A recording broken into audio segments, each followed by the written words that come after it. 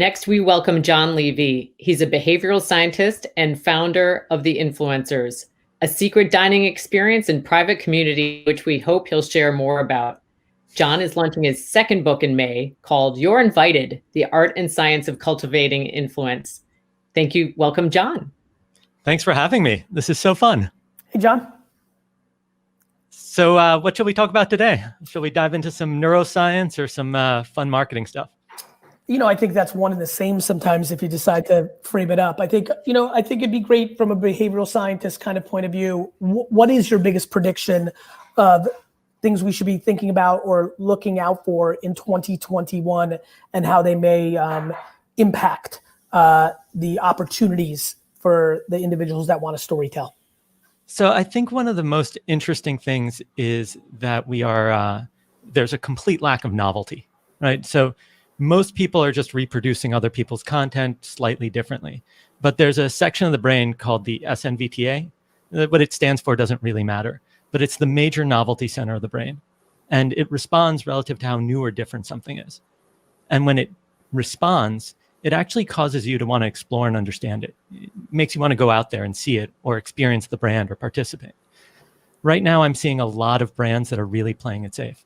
A lot of that probably has to do with cancel culture. People are scared of saying the wrong thing and then being completely canceled out. But the fact is that we won't stand out and we won't be remarkable in any meaningful way if we're not willing to do something novel. And the interesting thing is that when we do something novel, the brain responds with neuroplasticity. We're literally creating new memories. And not just the experience or that idea that's novel is more memorable, but everything, the brand, the smells, the tastes. And so I think one of the things that we're really going to need to look at is how do we create novelty within the limitations and how we're confined by being in our homes? And so how will brands actually accomplish that? The second thing that I'm really seeing is that in 1984, the average American had 3 close friends besides family. By 2004, that was 2. Nowadays, it's probably even less. And we're dealing with a loneliness epidemic, which means that if we don't do something about it, it'll actually impact people's health. Being lonely is on par with smoking a pack a day of cigarettes in terms of impact. But this also means... So what's your perspective? 2 things on that. A, how do those reports get created? Mm-hmm. I'm always curious by that. Okay, cool. Which report in 84? How many people? So A, those reports in 84 and 2004, how are they created just to educate the audience? And then B, what's your hypothesis on that momentum? So those reports, if memory serves, come from a really large study of thousands of people across America that's done every year by University of Chicago.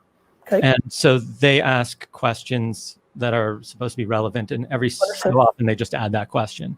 And then why do I think that trend is? I think it's a few things. The first is as it got less expensive to travel and people moved more, then we would be more distant from our friends and more isolated as a byproduct. And then my hunch is that trend increased even more because when you look at loneliness statistics, Gen Zers are the most lonely. And they feel like they're understood the least and least connected, which I think brings me to this incredible opportunity for brands, which is that I think the brands that are really going to succeed are the ones that can provide a sense of belonging. Ultimately, we want to feel like we're part of something. And we're not getting that from our social communities because we're so isolated. And so if you can do that, like Heather just came on, she was talking about Harley Davidson, where she used to work. That organization has an incredible level of belonging for its members and customers. And so there's sorry. No, please go ahead. There's a bunch of really interesting ways that companies can do that, and they're completely non-intuitive. The first is most brands think that most people think, if I'm really nice to you, Gary, you're going to like me more. And that's probably true to some degree. But human beings have this thing called the IKEA effect. And it says that we disproportionately care about our IKEA furniture because we had to assemble it. And so what we actually want to do is find ways to get our customers to invest effort into us as brands. Jon, quick, because I always think a lot about parenting, nature, nurture. Mm-hmm. On the lonely aspect, any thoughts on modern parenting? Like, I think a lot about entitlement. Oh yeah. I think there's a macro trend that people continue to not talk about, which is every empire creates incredible vulnerability just around the place where America is in its dominance. Mm-hmm. And I think a lot of that has to do with the fruitfulness and the wealth and the power. And obviously there's incredible pockets of poverty and other issues in this country, but in the macro, America's standing in the world for 100 years. Thoughts about loneliness from a parenting dynamic? Anything from your observations, studies, science, behavior life? So I absolutely love that you brought this up. There's a great book called Coddling of the American Mind by John Haidt, NYU professor, brilliant. And one of his biggest arguments is that human beings are anti-fragile, which means that there are things that are fragile. You drop a glass, it'll break.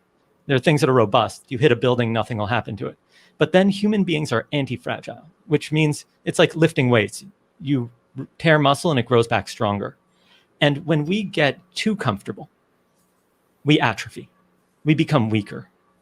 And this generation and generation after generation, we've actually coddled them to the point that they're in college and now they don't need to speak to their own teachers to say, I need an extension. Mom or dad will email the professor saying, my child is special and needs more time for a test.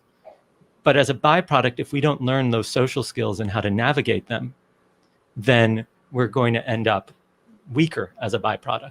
And we're seeing it as Gen Z is entering the workforce, this issue that HR doesn't really know how to connect with them in the same way. So to speak to your point about loneliness, when you have a generation that has been generally coddled, that told that their opinion matters more than other people's, and that if they don't like something, they don't have to hear it, then they never had to build any strength in order to deal with other people's opinions or corporate issues or any of these other things. And so they're probably less prepared to deal with isolation. Then you also then have, when that becomes the realization that the individuals that parented in that ecosystem have less interest in being accountable for that creation, so it's easier to blame. So I first of all, I have a ton of respect for the difficulty of parenting. It's the hardest. Yeah. But it doesn't, everything's hard. Doesn't mean that we shouldn't have more thoughtful conversations, because I think we've gone very pointing instead of thumbing. So I think that there's a ton that needs to be explored here, right? And when you speak to parents, you often hear things like, well, all the other parents let their kids have cell phones, so what do you want me to do? And I respect that that's an issue. I think the question is what do we want to prepare people for? And what is it that you actually have bandwidth? Because if you have 2 jobs and you're barely making ends meet, then there's only so much bandwidth for other things. And I think that there's just a ton of complexity there. I love it. Jon, thank you so much for being on the show, brother. We appreciate this angle, which I think brings a lot of value to the convo.